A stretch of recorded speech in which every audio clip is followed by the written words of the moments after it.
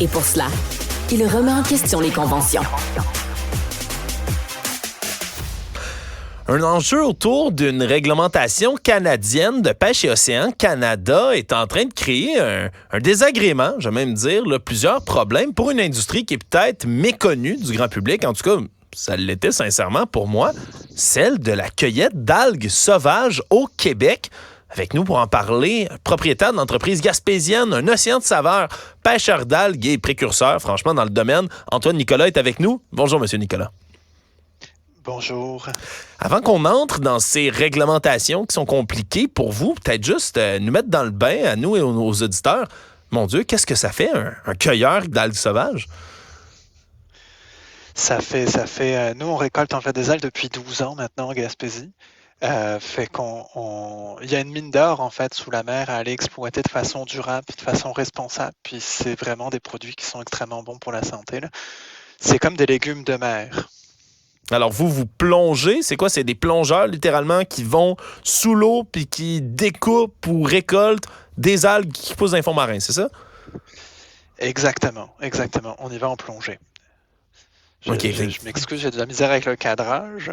Il y a vraiment pas de souci, de toute manière. On reste une radio avant tout, mais c'est quand même fascinant. Fait que vous avez une entreprise, là, vous plongez, vous allez récolter à main, comme ça, vous remplissez, je sais pas, un panier, quelque chose que vous traînez avec vous, un bateau, puis vous empilez des algues qui sont après ça, on se comprend, utilisées pour manger.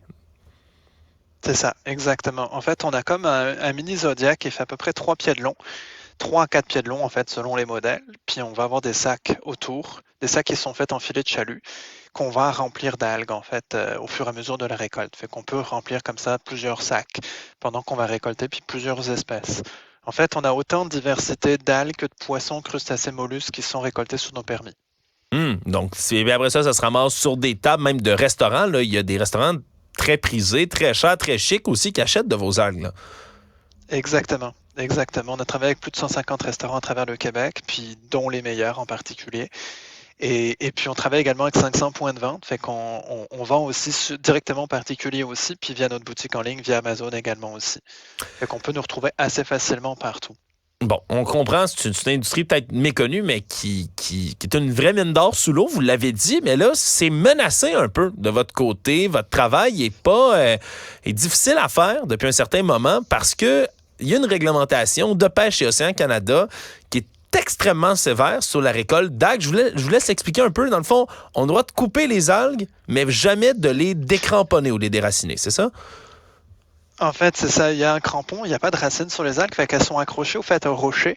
Et nous, au Québec spécifiquement, ce qui n'est pas le cas dans les autres provinces canadiennes, on n'a pas le droit de les arracher. Bon, certaines vont vivre plusieurs années, fait que dans ce contexte-là, c'est sûr que c'est plus intéressant d'essayer de les couper, mais il y en a beaucoup qui sont annuelles. Et annuelles, même si on essaie de les couper, on n'arrive pas à les couper. C'est pas réaliste, c'est pas faisable. Ça fait 12 ans qu'on opère, puis c'est la première fois qu'on nous met la contrainte, en fait, depuis 2 ans sous le nez, et on n'est pas capable d'appliquer les conditions de permis qui nous sont données. À tel point qu'on ne peut plus opérer au Québec présentement, puis qu'on doit opérer avec les autres provinces qui n'ont pas la même réglementation et qui peuvent, eux, récolter beaucoup plus facilement les algues. Est-ce que vous savez pourquoi c'est différent au Québec qu'ailleurs au Canada? Je pense que c'est une histoire de fonctionnaires assis à leur bureau, là. Pour vrai, j'ai pas d'explication logique ni aucune explication scientifique. Moi, ça fait à peu près 8 ans que je parle aux gestionnaires de la ressource, que je parle aux gestionnaires des sciences pour leur dire que certains des critères de récolte sont aberrants. Par exemple, je vous prends l'exemple de la fameuse grande lasagne de mer ou la fameuse laminaire sucrée. Okay. Elle, si on est à pied, c'est 30 cm du fond. Si on est en plongée, c'est 1 mètre. Il n'y a aucune explication scientifique ni biologique qui se tienne par rapport à ce critère de récolte-là qui est complètement arbitraire. Encore une fois, ce serait donc, puis je m'excuse, je suis parti à rire en entendant grande lasagne de mer, c'est ça? C'est vraiment le nom d'une algue? Une lasagne en fait, elle a une forme de lasagne. Elle a vraiment une forme de lasagne. Elle est très connue sous ce nom-là en Gaspésie. Bon, mais je reviens à ma question. Là, ça m'a tellement déconcentré, ma foi, cette lasagne de mer. On se comprend à ce moment-là que c'est des décisions arbitraires qui sont prises, comme vous l'avez dit, peut-être par les fonctionnaires. Il n'y a pas vraiment de gens qui connaissent le milieu, par exemple, autant que vous, qui semblent avoir pris ces décisions-là. Là. C'est comme on a dit, c'est 1 mètre, c'est beau, c'est rond comme chiffre, puis c'est ça. Ça ressemble à ça, on dirait. Là. Ça ressemble exactement à ça. C'est complètement arbitraire comme décision. Puis ça fait plusieurs années que je leur en parle. Ce qu'on me demande, c'est partir un projet de recherche. Après, partir un projet de recherche, s'il n'est pas financé, ben, il ne peut pas partir. Fait que ça, c'est un autre dossier. Ça fait 8 ans qu'on essaie de partir un projet de recherche. Là, on a enfin un projet de recherche. Puis quand j'ai le dos tourné en arrêt maladie pendant 3 mois, ben, je me fais couper mon secteur de récolte. Fait que, on a enfin la possibilité de faire un projet de recherche, mais pendant mon arrêt maladie, j'ai la gestionnaire de la ressource qui a décidé de donner un morceau de mon secteur à quelqu'un d'autre. Alors qu'on a 6000 km de secteur de récolte au Québec, 6000 km de côtes qui peuvent être disponibles pour la récolte des algues de façon durable. Et donc, on manque vraiment pas d'espace. Au Québec, actuellement, on parle de 11 permis qui sont donnés autant au niveau commercial qu'au niveau personnel. Fait que je veux dire, globalement, c'est une ressource qui est sous-exploitée au Québec, alors qu'à l'échelle mondiale, c'est une ressource qui est en vogue énormément. Même Amazon investit dans les algues. Amazon sont en train de monter des filières entre les éoliennes dans la mer. C'est fou, ça. On dirait que c'est un marché, comme je vous le dis, qui est méconnu comme ça. C'est un espèce d'entêtement. On se comprend, c'est Pêche Océan Canada. Est-ce que vous avez aussi discuté avec le gouvernement du Québec? Est-ce que vous avez tenté de passer par ce palier-là, peut-être pour faire pression sur Ottawa? Exactement. On est en discussion avec le gouvernement du Québec. En fait, avec le gouvernement du Québec, on arrive à discuter. Avec le fédéral, on n'est pas capable de discuter actuellement. On n'a aucune réponse concrète. Aucune. Et puis, la seule réponse concrète qu'on a, c'est de se faire envoyer en cours pour des histoires de copie papier du permis ou de version numérique. Là. Fait que, je veux dire, on n'a aucun schéma de discussion à peu de choses près. Puis j'avais demandé, moi, à la gestionnaire de la ressource, de venir plonger avec moi, de voir comment ça se passait au fond de l'eau. Cette personne-là m'a répondu qu'elle n'était pas à l'aise dans l'eau. Je lui ai répondu que j'étais moniteur de plongée. J'ai pas eu de retour par rapport à ça. J'ai eu une agent des pêches qui a voulu venir plonger pour voir comment ça se passait sous l'eau, puis pouvoir le documenter, justement. Elle n'a pas eu l'autorisation de ses supérieurs. Fait qu'il y a vraiment une mauvaise volonté de la part du fédéral de faire quoi que ce soit, présentement, sur ces critères de récolte-là, sur une économie qui est émergente, sur une économie qui, dans les provinces maritimes et en BC, par exemple, sont exposées depuis des centaines d'années. Ce que je comprends pas, c'est que le Québec, avant de réglementer, n'a même pas regardé ce qui se faisait dans les autres provinces autour, avant de créer sa réglementation. C'est complètement injuste. C'est complètement... en fait, c'est fait complètement n'importe comment. Fait que je résume, vous êtes dans un milieu qui est méconnu, du moins ici, une ressource sous-exploitée qu'on pourrait exploiter de manière durable, pour laquelle il y a un appétit même à l'international. Et là, puis ça, mon Dieu, je poursuis mon énumération, je suis en train de perdre la voix. Et en plus, là, vous demandez des autorisations, il y a des réglementations qui sont faites par des gens qui connaissent pas votre milieu. Vous offrez à ces gens-là puis à ces fonctionnaires-là de venir avec vous voir le milieu de visu, puis ils n'ont pas les autorisations ou ils ont peur de l'eau. Exactement. Ouais.